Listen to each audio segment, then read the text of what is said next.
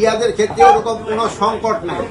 আপনারা দেখছেন বাজারে কিন্তু পেঁয়াজের দাম 120 130 হয়ে গেছিল, কিন্তু এটা এখন কমে কিন্তু 195 এর ভিতরে চলে আসছে।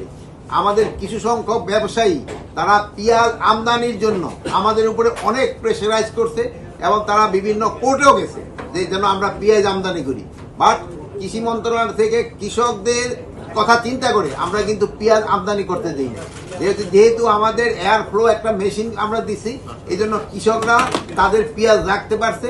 প্লাস আপনারা জানেন যে একটা নতুন পেঁয়াজও কিন্তু উদ্ভাবন করছে কৃষি মন্ত্রণালয়, কৃষি গ্রীষ্মকালে ওই পেঁয়াজটা কিন্তু বাজারে আসা শুরু হয়েছে। এই জন্য পেঁয়াজের ওই যে আবার মুড়ি কাটা পেঁয়াজটাও কিন্তু আসা শুরু হয়ে গেছে। এই জন্য পেঁয়াজের দাম বাড়ার কোনো সম্ভাবনা নাই। কিন্তু আবার কিছু কিছু কুচক্রী থাকে যারা আমদানি করার জন্য পাগল হয়ে যায়। এই আমদানিগুলি করলে কৃষকরা ক্ষতিগ্রস্ত হয়। কৃষকরা একবার ক্ষতিগ্রস্ত হলে কিন্তু তারা আর ওই চাষের দিকে যাবে না।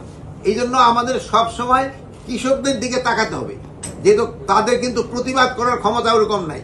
কৃষকদের প্রতিবাদ করার মেইন মাধ্যম হলো আপনারা, তাদের যে সুযোগ সুবিধাটা আপনারা এটার প্রকাশ করবেন। আলুর ক্ষেত্রে আপনারা জানেন কৃষকরা কিন্তু এবার আলুতে মাইর খেয়েছে, তারা কিন্তু ওরকম দাম পায় নাই। এখন কিছুটা দাম বাড়ছে, বাট তাও আমি বলবো যে আরো একটু বাড়া দরকার কৃষকের জন্য। কিন্তু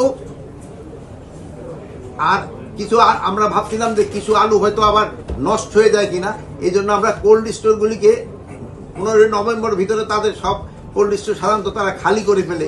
এবার আমরা বলছি না, ডিসেম্বর মাস পর্যন্ত তাদের আলু রাখতে দিতে হবে। আর একটা জিনিস হলো যে আমাদের আগাম যে আলুটা আসতো বৃষ্টির জন্য এই আগাম আলুটা একটু ডিলে হচ্ছে, এই জন্য হয়তো আমাদের যে পুরানো আলু সব এগুলি পুরা ব্যবহার হয়ে যাবে। যদিও এবার আলুতে কৃষকরা ক্ষতিগ্রস্ত হয়েছে, কিন্তু অন্যান্য যারা এটার সাথে জড়িত তারা সবাই লাভবান হয়েছে। খালি ক্ষতিগ্রস্তের ভিতরে হয়েছে কৃষকরা, আর যারা আলুর ব্যবসায়ী ট্যাবসায়ীর সাথে যারা জড়িত তারা সবাই লাভবান হয়েছে। এবার কিন্তু আমনের ফলন কিন্তু খুবই ভালো হয়েছে। প্রায় 50% আমন ধান কিন্তু কাটা শেষ হয়ে গেছে এবং দিনেই কিন্তু কাটতেছে, এটা বাড়তেছে। তো যদি কোনো রকমের বড় ধরনের কোনো সমস্যা না হয়, এবার আল্লাহ দিলে আমাদের আমনও বাম্পার হবে।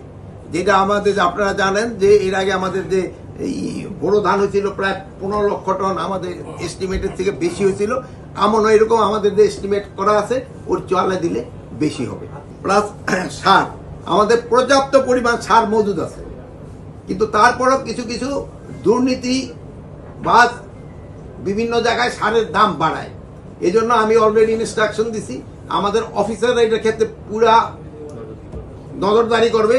যে অফিসার নজরদারি করতে ফেল করবে তার বিরুদ্ধে আমরা অ্যাকশন নেব। কৃষক যেন ন্যায্য মূল্যে সার পায়, এটার আমরা ব্যবস্থা করব। কোনো অবস্থায় আমাকে নির্ধারিত মূল্যের চেয়ে 1 পয়সাও যেন বেশি নিতে না পারে। আর আপনারা অনেকে জানেন যে গ্যাসের দাম বাড়াইছে, গ্যাসের দামের সাথে সারের দামের কোনো সম্পর্ক নেই। সারের দাম আগে যা ছিল এখনো তা আছে এবং ভবিষ্যতে তা থাকবে, আমরা অন্তত যতদিন আছে।